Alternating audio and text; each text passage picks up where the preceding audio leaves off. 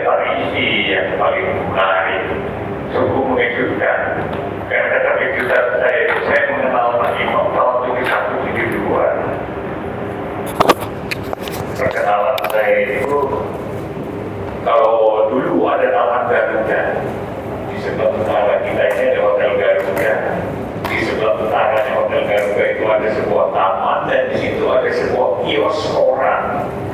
Ada bapak tua yang setia sekali menunggui kios koran itu, dan di situ Asal Siregar, Unggulan Paranggi, Darmanto Yakuman, dan Abdul Hadi, Samardi Djoko Damono, dan semua tokoh kesenian dan khususnya sastra dan penulis dan jurnalis sering berkumpul di sini.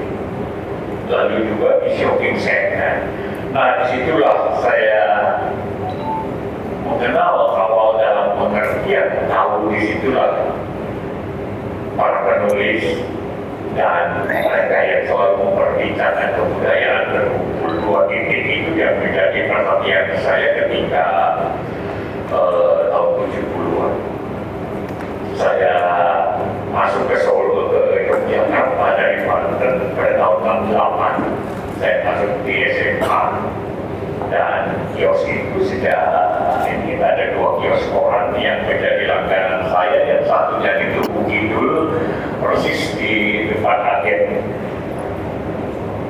penerbangan Garuda sebelah barat di seberangnya itu, yang menjadi langganan saya dan menjadi langganan maksud saya tempat saya gratis membaca koran. Perkenalan ini sangat menarik bagi saya. Di situ juga yang membuat saya melihat mereka dan dorongan saya untuk menulis, dan perkenalan saya dengan Mas Imam ini juga menjadi satu hal yang menarik. Singkatnya, setelah 1-2 tahun saya memahami melalui kasus-kasus perkenalan pribadi yang bersifat geografis.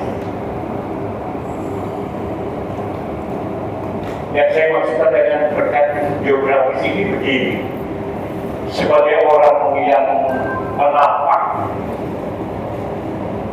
mengawali diri untuk menulis, saya harus membaca biografi para penulis yang lain dan karyanya, dan juga bertemu dengan mereka. Dalam konteks itu saya melihat menarik dari generasi Mas Imam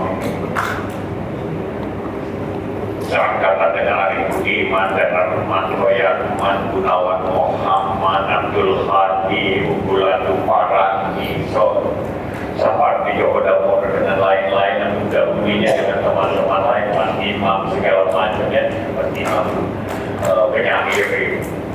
Nah, saya merasakan ada sesuatu yang sangat menarik. Hampir setelah beberapa tahun kemudian, satu kata yang masuk ke dalam benak saya menjadi referensi: sosialisme. Lalu saya mencoba membaca dari buku-buku yang agak sulit periode itu. Misalkan kita agak sulit pada waktu itu mencari buku-buku, misalkan dari Sahrir atau apa yang disebut sosialisme segala macam gitu. Jadi lebih banyak kita mendengarkan dari perbincangan yang bersifat geografis, bagaimana satu persepsi tentang sosial, kehidupan sosial, sosialisme, dan bagaimana demokrasi. Nah, dalam konteks inilah yang sangat menarik, kembali lagi kepada buku ini yang mengejutkan. Sepanjang pengetahuan saya, di antara berpuluh beratus pertemuan,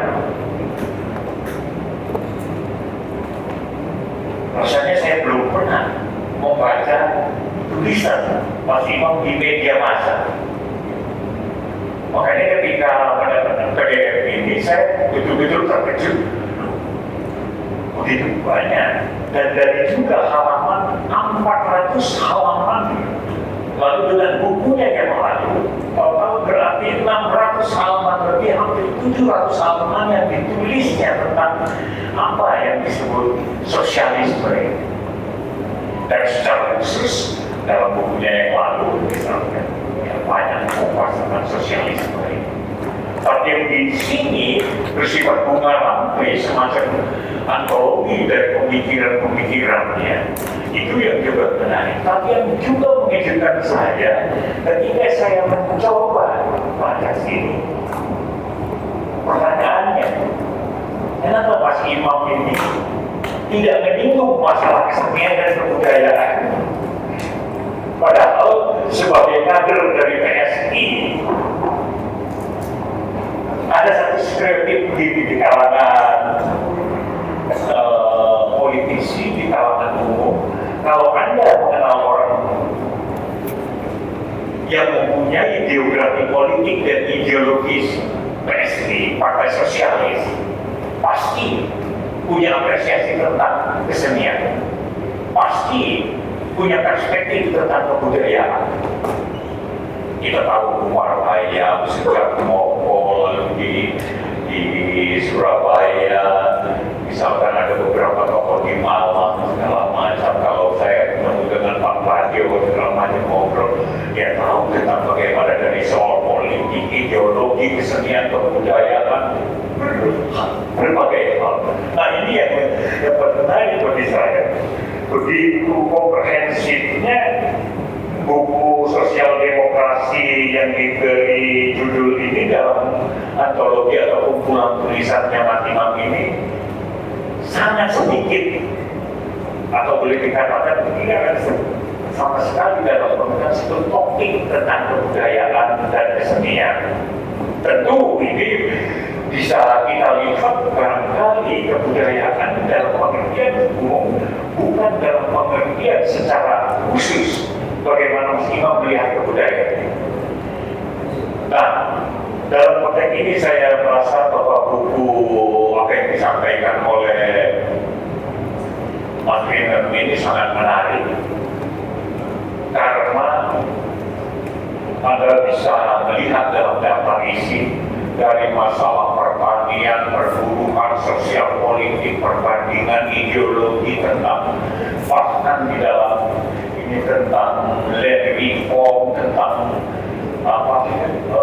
bagaimana interaksi agama, pendidikan, segala macam itu berada di dalam. Cuma yang menjadi masalah di buku ini, yang saya sebut menjadi masalah adalah sayangnya periodisasi dari buku ini tidak tercatat.